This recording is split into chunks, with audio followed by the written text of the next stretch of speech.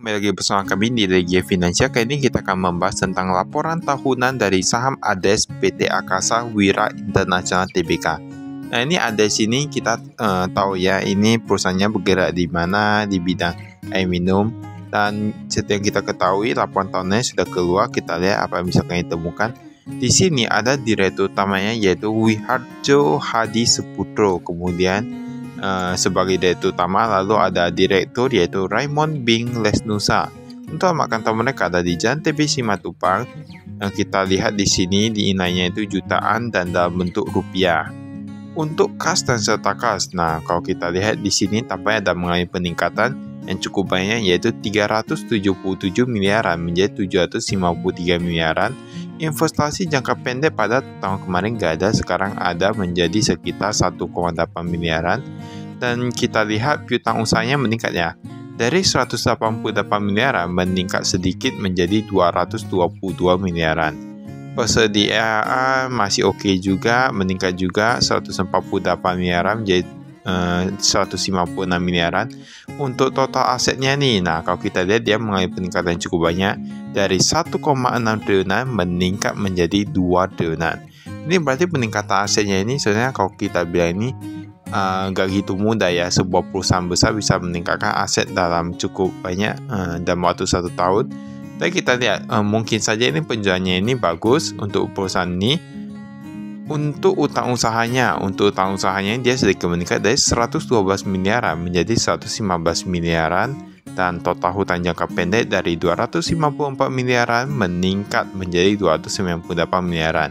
Tetapi walaupun utang meningkat, jika disertai dengan peningkatan penjualan itu masih is oke ya.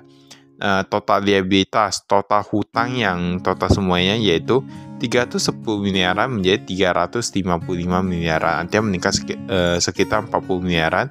Untuk ekuitasnya dari 1,3 triliunan menjadi 1,7 triliunan. Ini menandakan apa? Tadi kan kita lihat hutangnya itu bertambah. Nah, tetapi ekuitasnya itu meningkat lebih banyak daripada hutangnya. Itu berarti perusahaan ini cukup bagus. Dan yang bagusnya lagi ada penjualan neto itu meningkat dari 1,2 triliunan menjadi 1,5 triliunan. Ini sangat bagus sekali kayak perusahaan ini. Dan walaupun begitu dia kan meningkat cukup banyak itu. Tetapi beban pokok penjualannya itu meningkat sedikit saja. 620 miliaran menjadi 714 miliaran. Untuk di sini ada laba dari usaha sekitar 484 miliaran. Dia itu yang paling banyak kena di beban penjualan. Beban penjualan itu meningkat dari 160 miliaran menjadi 250 miliaran. Untuk yang laba tahun berjalannya itu meningkat juga dari 364 miliaran menjadi 395 miliaran. Nah, setidaknya di saat laporan keuangan, laporan tahunan 2023 banyak perusahaan yang labanya menurun. Bahkan untuk saham ADES ini masih meningkat. Ini sebenarnya cukup bagus sih. Makanya kalau kita lihat harga saham ini terus meningkat ya untuk saham ADES ini. Lalu di sini ada penerimaan dari pelanggan. Di sini ada dari 1,2 triliunan menjadi 1,4 triliunan. Nah, ini banyak nih karena tadi kan penjualannya meningkat, jadi penerimaannya pun meningkat.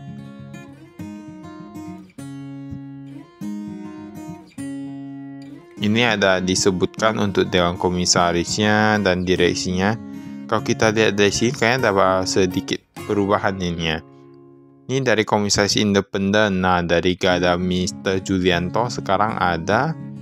Nah, ini dikatakan untuk yang bintang 1 efektif pada tanggal 21 Juni. Berarti pada 21 Juni dia baru menjabat ya.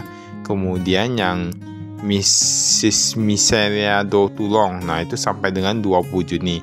Berarti yang ini resign digantikan dengan yang ini. Jadi memang kalau laporan keuangan itu kalau kita lihat ada perubahan manajemen itu biasa ada disertai dengan keterangan. Biasa perusahaan ada beritahu informasi dan dia pakai tanda bintang sebagai petunjuk ya gitu ya. Tapi terkadang bukan bintang saja sih, kadang mereka menggunakan angka. Di sini kita lihat kas dan serta kasnya. Kasnya itu wah dia menurun ya. Kas menurun tapi is oke lah jika cash flow-nya lancar ya. Kasnya di sini ini cash on hand. Ini masih cash on hand dari 1,1 miliaran menjadi 300-an jutaan. Jadi yang kasih tangan mereka pegang di tangan, tapi gak apa-apa lah. Banyak kalau yang pegang di tangan jumlahnya gak gitu banyak, masih oke ya. Karena kan bisa tarik yang di bank. Nanti ini ada kas yang di bank juga. Tapi kalau kita lihat di sini mereka ada simpan dalam bentuk rupiah, ada dolar US dollar, kemudian ada yuan Cina. Nah ini yang di bank nih. Ini yang di bank mereka ada sekitar yang rupiah ya. Dari 171 miliaran menurun menjadi 130 miliaran. Untuk yang dolar Amerika Serikat itu bakal menurun juga dari 21 miliaran menjadi 3 miliaran. Dan kalau kita lihat di sini kayak mereka simpan paling di main bank itu bahkan jumlahnya itu meledak ya. Dari 16 miliaran menjadi 62 miliaran. Entah karena nabungan lebih tinggi atau gimana. Di sini ada Bank Sentral Asia juga. Bank Sentral Asia juga meningkat.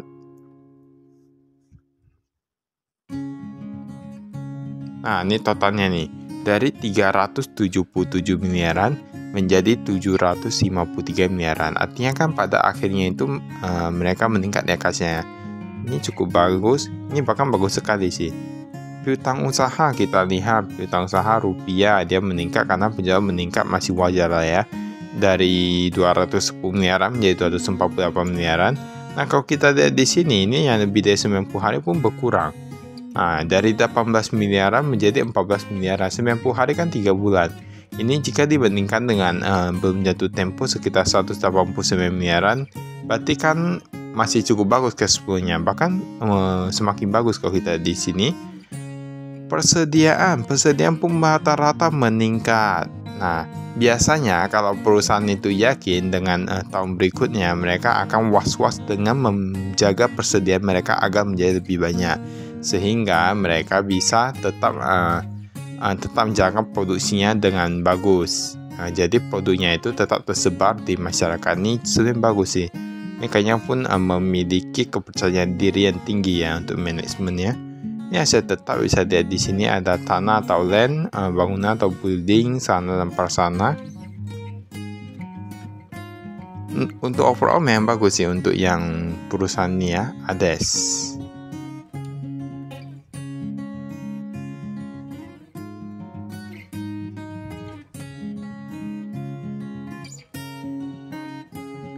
Ini uang jaminan, wah ada yang kepada Marlin.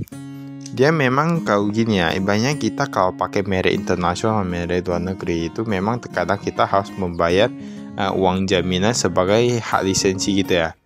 Nah, ini di sini dikatakan dari 45 miliaran menjadi 30 miliaran. Nah, ini ada dikatakan nih, jumlah tagihan biaya lisensi dari Marlin di tahun 2023 sekitar USD 768.462. Nah itu tadi 11 ribuan ya dia. Ada disebutkan semuanya.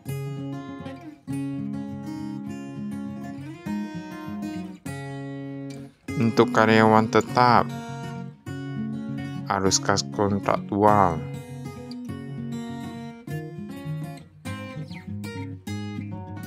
Tapi memang kalau kita pakai merek luar negeri, kalau memang dia bisa menghasilkan keuntungannya gak apa-apa ya. Karena dia kan sekaligus menyerap tenaga kerja dalam negeri. Penjualan dan neto kita lihat semua rata-rata meningkat, tapi kayaknya meningkat pemain di makanan dan minuman. Dari 600 miliaran menjadi 800 miliaran, produk kosmetik dari 600 miliaran menjadi 700 miliaran. Nah ini beban penjualannya. Beban penjualan dia memang meningkat cukup banyak, itu meningkat paling banyak di transportasi lalu ada pemasaran, gaji dan tunjangan meningkat warnanya cukup tinggi nih dari 37 miliaran menjadi 50 miliaran.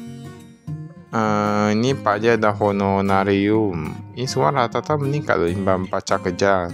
Mungkin karena penjualannya meningkat jadi mereka lebih loyal ya.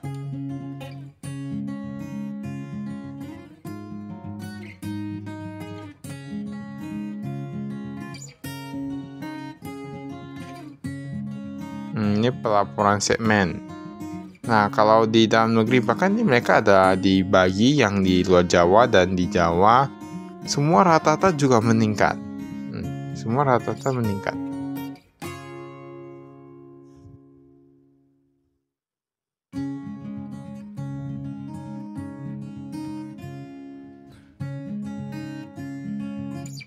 Nah, bakal itu saya ada kami sekian, nanti makasih, saya investasi.